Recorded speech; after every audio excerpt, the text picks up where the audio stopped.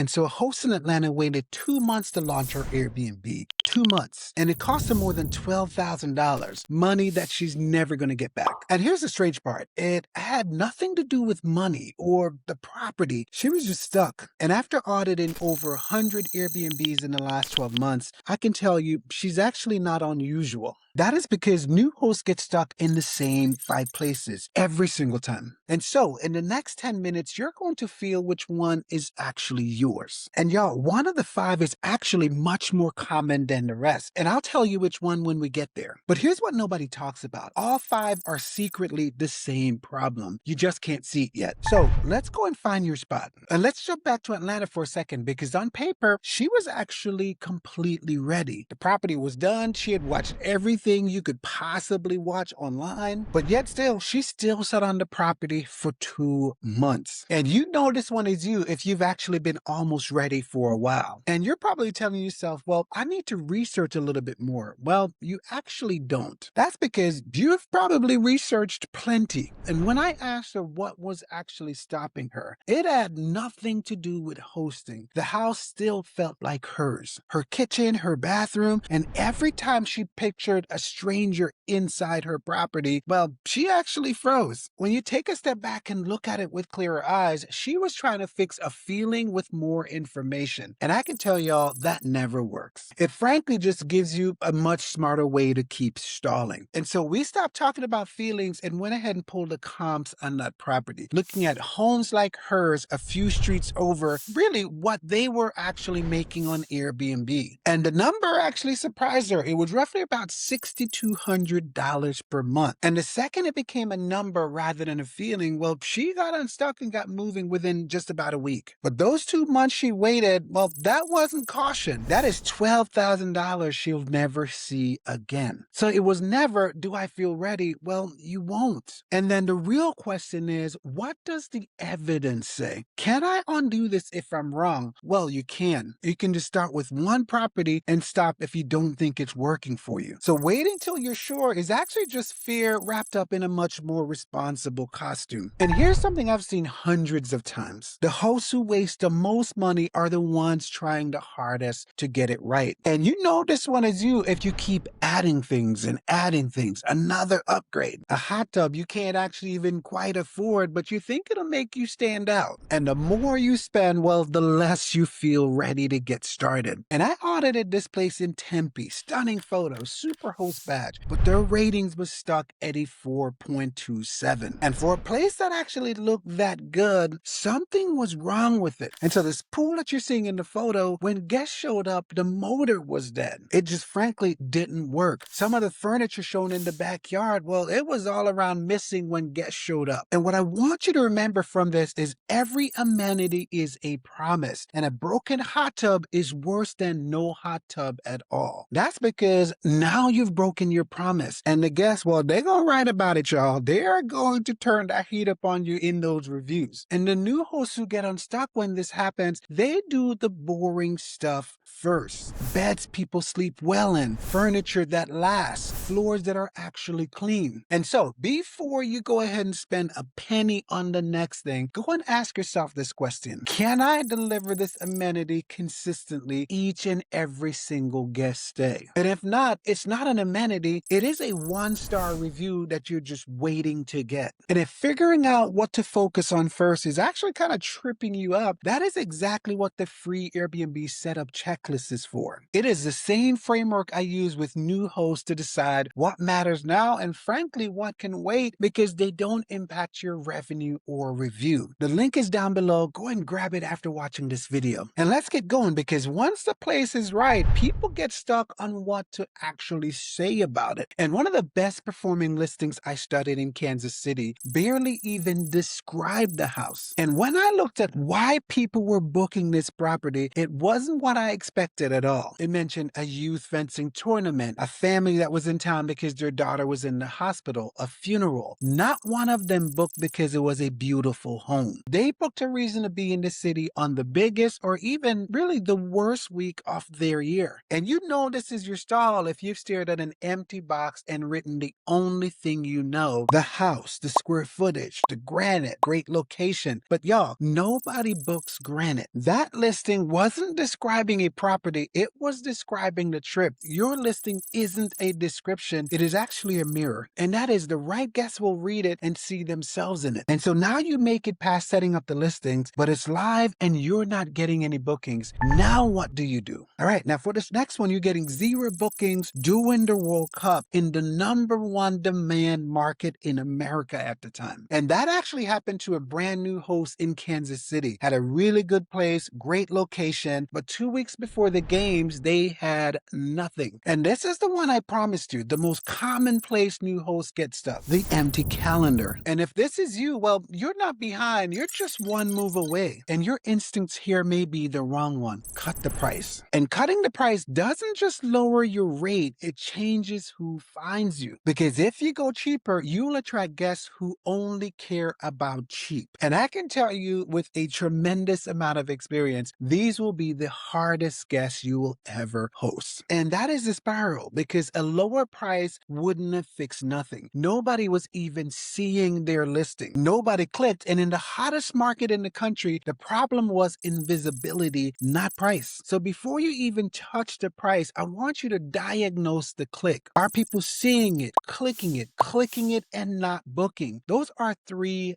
different problems. And none of them will be fixed by lowering the price. And if you're finding value in this content, I want you to consider liking this video and subscribing to this channel. My partner and I have been hosting for over 11 years. We've hosted over 10,000 guests. And over the last year, I've audited over 100 listings. And every week I share the decisions, the systems, the lessons that help hosts build really peaceful and profitable Airbnbs. And if that is the kind of host you want to become, I would love to have you as part of this community. Go and hit like and subscribe. Now let's get going to the next stuck point, reviews. And for this, I want you to imagine 2 hosts, same city, same kind of property, same starting line. And one ended up with over 200 reviews and a guest favorite badge, whereas the other barely 20. And it actually started with the same type of review. A guest who liked the property but named a few problems that needed to be addressed with it. The bunk bed, the couch, the empty backyard. Now, host number 1 read it and immediately went on the attack. They wrote back a long, defensive reply, really about why the guest was wrong. And you know this is where you're stuck if you've either written or really kind of thought about writing this back in response to a guest review. And host number 2, well, they read the same exact review and saw it as a to-do list. They replaced the bunk bed, they swapped out the couch, they had seating in the backyard and said, okay,